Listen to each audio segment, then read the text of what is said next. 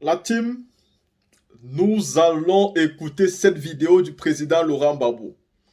Car cette vidéo du président Laurent Gbagbo nous démontre pourquoi il va lentement et sûrement. Vraiment, si vous n'avez pas écouté cette vidéo, vous allez toujours dire oh, pourquoi le président Laurent Gbagbo ne demande pas à ses gars de sortir, pourquoi il ne sort pas, pourquoi il n'y a pas de manifestation. Si vous n'écoutez pas cette vidéo, vous allez être ignorant de beaucoup de choses. Le président Laurent Gbagbo a déjà expliqué la raison pour laquelle il ne manifeste pas aussi rapidement. Il a déjà expliqué dans une vidéo la raison pour laquelle il ne se mobilise pas aussi rapidement. Le président Laurent Gbagbo a déjà dit que si jamais il doit échouer en allant aux élections présidentielles, il faut que ce soit à cause de ceux qui sont au pouvoir, mais que ce ne soit pas à cause de lui. C'est-à-dire, il ne peut pas se tirer lui-même une balle dans le pied. Mais nous sommes les premiers à nous lever à chaque fois que nous avons l'occasion de demander mais pourquoi le PPACI ne manifeste pas? Oh, tout ce qui se passe, pourquoi le PPACI ne sort pas? Oh, le président Laurent Gbagbo, il a reçu l'argent d'Alassane Ouattara, il est d'Alassane Ouattara. Le président Laurent Gbagbo nous répond sur toutes ces questions dans une seule vidéo. Oui, parce que avant de venir au pouvoir en l'an 2000, le président Laurent Gbagbo, lors d'un meeting grandiose, avait un monde fou. Le président Laurent Gbagbo répondait donc aux détenteurs du pouvoir et il disait, lui, il sait qu'il va arriver au pouvoir. Mais qu'il sait aussi que c'est lui qui mène au score. Et comme il mène au score, il ne va pas se précipiter à aller attaquer.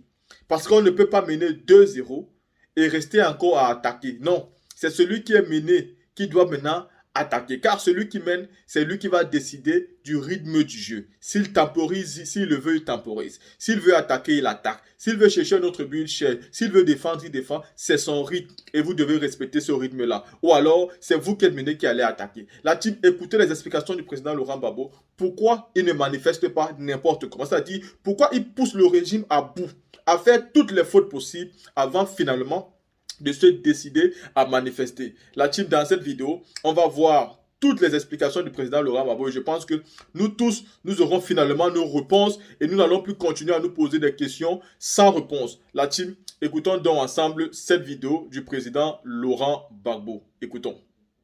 Je veux être sûr d'amener le Front populaire là où il faut, c'est-à-dire au pouvoir. C'est pourquoi, chers amis, j'ai l'impression d'être lent. Je ne suis pas lent. Je veux être sûr d'arriver. On s'est souvent moqué des opposants ivoiriens. On dit qu'ils ne valaient rien parce qu'ils confondent vitesse et précipitation. On ne se moquera jamais de moi.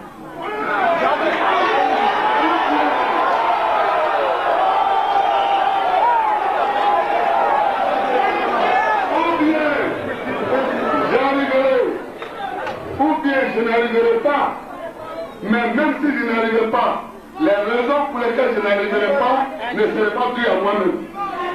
Il faut que ce soit l'autre qui m'attaque, ce n'est pas moi qui dois l'aider à m'abattre. C'est pourquoi j'ai l'air d'être lent, sinon je ne suis pas lent. Je vois la Côte d'Ivoire, je vois mon pays. Je suis peut-être l'homme politique qui connaît le mieux la Côte d'Ivoire. J'ai été partout. C'est parce que j'ai été partout. C'est parce que j'ai étudié la Côte d'Ivoire.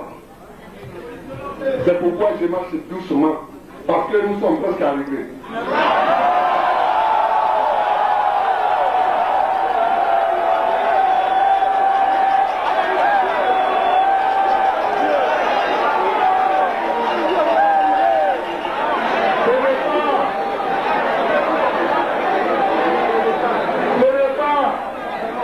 Quand on est presque à la fin d'un match, on est à 15 minutes de la fin d'un match.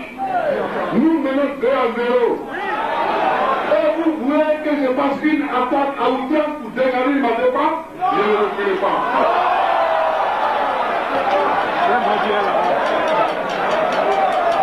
Ce sont des questions de tactique.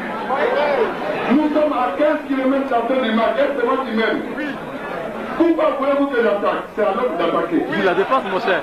Je mène le jeu ici. Je temporise quand je veux. Je la défense quand je veux.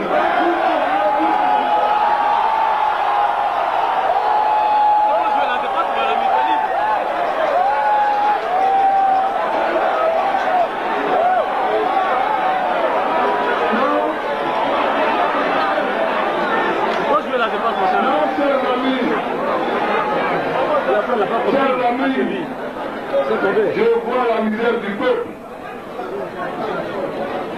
Mais, tout le temps de l'ensemble de la politique, j'ai étudié, j'ai fouillé dans toutes les archives de France et de Côte d'Ivoire. J'ai vu pourquoi ils avaient échoué les autres. J'ai étudié la vie de Bamé Doumbouya.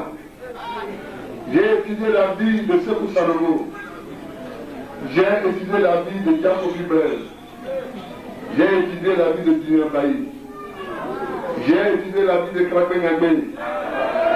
J'ai étudié la vie de tous ceux qui ont lutté en Côte d'Ivoire. J'ai étudié la vie de Kakwa Oulou. J'ai étudié la vie de Kwame Benzel. Tout cela. Tout le temps de l'ensemble de la vie politique, j'ai étudié leur vie. Et c'est pourquoi je ne serai pas précipité. C'est parce que je sais peut-être que vous ne savez pas qu'à quel but la fin, je vais marcher doucement. Ce qui est important, et c'est une des différences entre moi et les autres qui débattèrent à longueur de journée sur notre parti, je veux que ce parti soit une machine à gagner. Je veux que ce soit une machine à gagner. Nous avons un objectif seul, c'est de gagner. Un parti qui ne gagne pas doit se dissoudre. Absolument. Je ne veux pas que le Front populaire ivoirien soit un seul organe de protestation. On a assez protesté. Si nous devons être un organe de critique et de protestation, salut les amis, je ne suis pas dedans. Je veux critiquer, je veux protester, mais en même temps je vais indiquer ce qu'il faut faire. Or, c'est moi-même qui sais mieux faire ce que je veux qu'on fasse. Je veux au pouvoir. Pourquoi voulez être au pouvoir, je me précipite comme quelqu'un qui pense qu'il ne sera jamais au pouvoir. Je veux être au pouvoir, donc je suis calme. Parce que je sais que je suis. Voilà la différence tactique qu'il y a entre nous. Je souhaite que ce soit débattu, mais quand on veut au pouvoir, on ne marche pas comme quelqu'un qui sait qu'il ne sera jamais au pouvoir. Mitterrand ne marchait pas comme marchait. Non. Boutelesi et Nelson Mandela ne marchent pas de la même manière. Parce que chacun a une autre tactique. Boutelesi veut être auprès des Blancs. Mandela veut gouverner à la place des Blancs. C'est deux lignes différentes. Absolument. Donc chacun a sa manière de marcher. Et ça, il faut que les amis, les camarades le comprennent. Nous ne sommes pas un organe de protestation, nous sommes un parti de gouvernement et de gagneurs. Voilà la différence. Alors, souvent on dit, il faut faire l'union. J'ai dit oui, il faut faire l'union. Mais il faut faire l'union des gagneurs. Absolument. Tout à l'heure, Georges Kofi a dit qu'il s'appelait Carignon. Je crois que c'est un bon nom. Mais je vais vous expliquer comment agit le Carignon. Et c'est comme ça que nous avons agi, nous. Quand vous êtes dans un village de thé, et que quelqu'un de notre village arrive, et qu'il tue votre frère, qui on appelle Carignon? Le Carignon, ce n'est pas quelqu'un qui sera réuni les autres pour dire alors on va faire la guerre. Le Carignon, ce n'est pas de réunion. Le Carignon, quand il sent qu'il est déshonoré, que sa famille est déshonorée, que sa patrie est déshonorée, il se lève la nuit et il s'en va tout seul et il punch son frère. Une fois qu'il a fini, il rentre. Et quand il rentre, celui qui veut travailler avec lui vient le retrouver. C'est ça un Carignon. Et c'est ce que nous avons fait pendant les 30 ans où vous faites rien seul. Pendant que vous faites cracher du feu, qui a accepté à droite et à gauche les consciences. Nous n'avons pas appelé les gens pour aller lutter. Nous nous sommes levés, nous avons lutté. Si quelqu'un voit que le combat que nous avons mené est bon, qu'il vienne nous trouver. Nous sommes le socle. Nous sommes le socle. Si aujourd'hui Nous ne distribuons pas l'argent aux Ivoiriens. Jamais. Le vieux l'a dit tout à l'heure. Si les 40 partis qui existent en Côte d'Ivoire, si les Ivoiriens adhèrent au Front populaire ivoirien, ce n'est pas parce que nous sommes beaux, ce n'est pas parce que nous avons l'argent. Nous le sommes d'ailleurs. C'est parce qu'ils se souviennent, ils ont la mémoire. Ils ont la mémoire quand jadis, quand les gens se cassaient dans les maisons, ils se cassaient derrière les caves, nous on était dehors pour parler. C'est parce que les Ivoiriens ont la mémoire. Ils ont la mémoire que pendant que les autres vivaient leur petite vie tranquille, nous on était en exil. Ils ont la mémoire. Ils savent que pendant que les autres menaient leur petite vie tranquille, nous on était en prison avec nos amis. C'est ce que les Ivoiriens ont choisi. L'exil de Bako Laurent, la prison d'Araki Kobena, la prison de Georges Kofi, la prison de Jacques Kakou, c'est ce que les Ivoiriens ont choisi. Parce que pendant où vous vous cachiez, nous on travaillait. Oui. Donc si aujourd'hui on doit se réunir autour de ce que veulent les Ivoiriens. C'est-à-dire notre culture passée. Voilà ce que les Ivoiriens ont choisi. Ça c'est la première chose. La deuxième chose, où est-ce qu'on a vu la mer qui coule vers le fleuve? Jamais. C'est pas la mer qui coule vers la mer. Si à cause de ce que les Ivoiriens ont choisi, nous sommes par rapport à ces choses devenus la mer dans l'opposition, je crois que c'est vers nous que les fleuves doivent couler. Mais sans cesse, on nous demande, nous, la mer, de couler vers le fleuve. C'est géographiquement impossible. C'est contre nature. C'est géographiquement impossible. Et politiquement, ça veut dire qu'on a l'impression que les autres, en fait, ils veulent que le PDCI reste là. Parce que tu veux casser ce qui est plus fort pour mettre à ce qui est plus faible. Donc tu veux que l'autre reste là. C'est ça. C'est suicidaire. Nous voulons une union, mais pas n'importe quelle union. Vous venez d'écouter ici le président Laurent Gbagbo. Est-ce que vous allez encore demander au président et son parti de sortir manifester n'importe comment? Il a tout répondu. Ceux qui demandent au PPACI de faire l'union de l'opposition, le président Laurent Gbagbo n'a pas changé d'un poil. Il est resté le même depuis toujours. Le même. Il estime que c'est lui qui a toujours combattu depuis longtemps. Et là encore, pendant qu'il faisait 8 ans en exil par exemple, le feu président Bédié a été avec Ouattara pendant ce temps. Pendant qu'il était en exil, M. Guillaume Soro était avec Alassane Ouattara.